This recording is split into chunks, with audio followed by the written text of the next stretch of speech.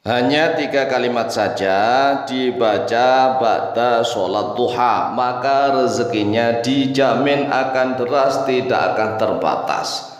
3 kalimat inilah yang telah diajarkan oleh Nabi Muhammad SAW dan juga telah diamalkan langsung oleh Nabi Muhammad SAW ketika beliau selesai melaksanakan sholat duha.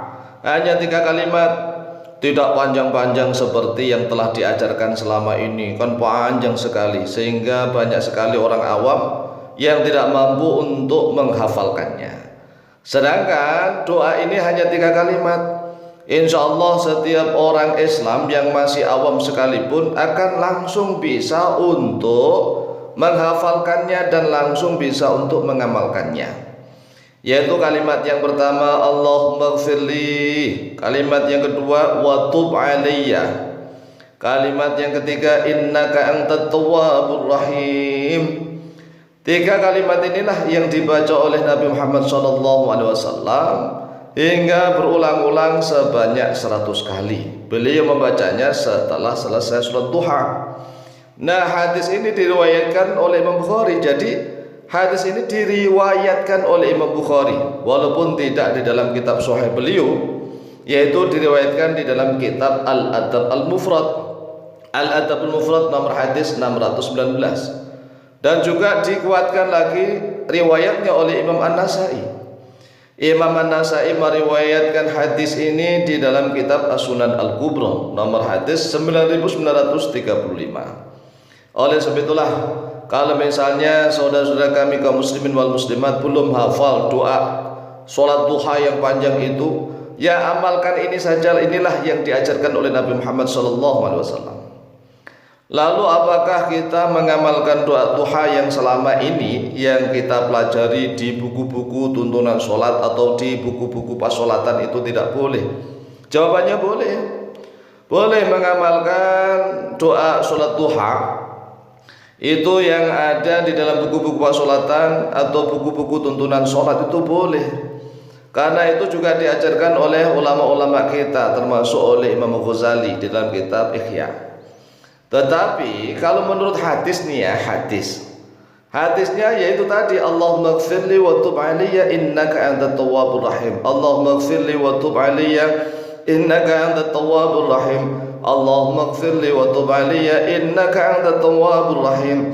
Justru Rasulullah SAW itu setelah selesai sholat duha, beliau memperbanyak membaca istighfar dan bertaubat kepada Allah. Beliau ini kan orang yang sudah dijamin oleh Allah tidak memiliki dosa, karena dosa-dosanya sudah diampuni oleh Allah. Seluruh dosa-dosa Rasulullah itu sudah diampuni oleh Allah. Ghufira lahu ma taqaddama min dhanbihi wa ma ta'akhkhara. Rasulullah SAW itu sudah diampuni oleh Allah apapun yang beliau lakukan dan apapun yang akan beliau lakukan mulai dari awal sampai akhir. Semuanya sudah diampuni oleh Allah. Tetapi ternyata Rasulullah SAW ketika selesai sholat duha, Rasulullah membaca Allahumma gfirli, ya Allah ampunilah oleh Engkau li untukku, Allahumma gfirli wa tub aliyya, dan terimalah tobat oleh Engkau aliyya atas diriku, innaka antat tawwabur rahim, sesungguhnya Engkau yaitu zat yang maha penerima taubat, yang maha penyayang. Inilah 3 kalimat yang telah dibaca oleh Rasulullah SAW. Nah, adapun dasar hadisnya ya nanti kita akan tunjukkan nih ya. Kemudian sebenarnya kalau doa yang sudah selama ini beredar, yaitu doa yang dibaca setelah selesai sholat duha, itu dari mana riwayatnya?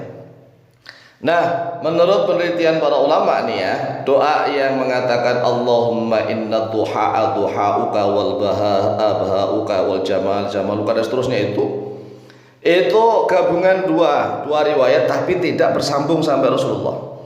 Artinya ada riwayat yang menyambungkannya kepada Arabiyah. Arabiyah itu seorang wanita Badui istilahnya. Badui itu Arab pedalaman yang ketika di Arafah berdoa kemudian didengar oleh Imam Al-Asmu'i. Nah, Ilham Masmui mendengar doa itu, kemudian beliau menyampaikan doa itu kepada banyak orang. Tetapi apakah waktunya sholat duha atau tidak? Ini yang tidak jelas. Sedangkan kalau doa Allahumma ighfirli wa tub alayya innaka antat tawwabur rahim ini sangat jelas hadisnya. Nah, sekarang mari kita baca matan hadisnya agar kita lebih yakin, lebih mantap tatkala kita mengamalkan sesuatu, karena kita sudah mengetahui tentang ilmunya dan dasar dalilnya. An Aisyah radhiyallahu anha qalat, An Aisyah telah diriwayatkan dari Sayyidah Aisyah radhiyallahu anha, radhiyallahu semoga meridai Allah oleh Allah anha kepada Sayyidah Aisyah, qalat berkata oleh beliau Sayyidah Aisyah, shalla Rasulullah, shalla telah salat Rasulullah oleh Rasulullah sallallahu alaihi wasallam. Sholat semoga melimpahkan rahmat ta'adim Allah oleh Allah alaihi kepadanya Rasulullah wasallama, dan semoga memberikan keselamatan oleh Allah kepada Rasulullah ad-duha.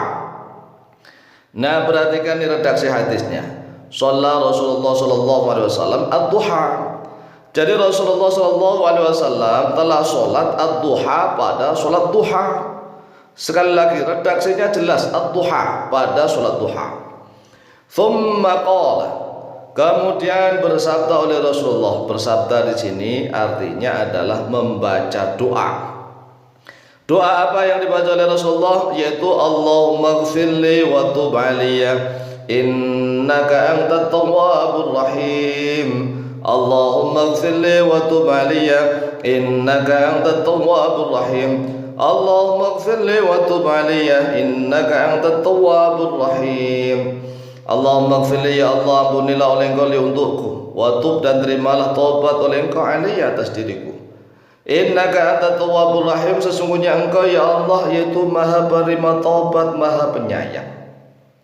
Hatta qalaha mi'ata marratin, sampai qala membaca mengucapkan Rasulullah pada kalimat mi'ata marratin sebanyak 100 kali.